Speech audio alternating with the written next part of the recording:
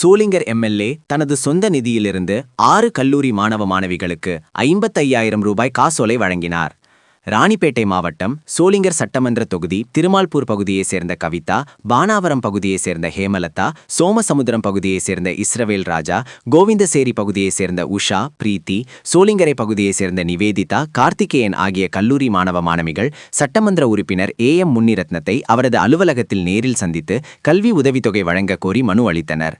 அதனை ஏற்றுக்கொண்ட எம்எல்ஏ தனது சொந்த நிதியிலிருந்து 6 கல்லூரி மாணவ மாணவிகளுக்கு 55,000 ரூபாய் காசோலையாக வழங்கி நன்கு படிக்க வேண்டும் என அனைவரையும் வாழ்த்தினார்.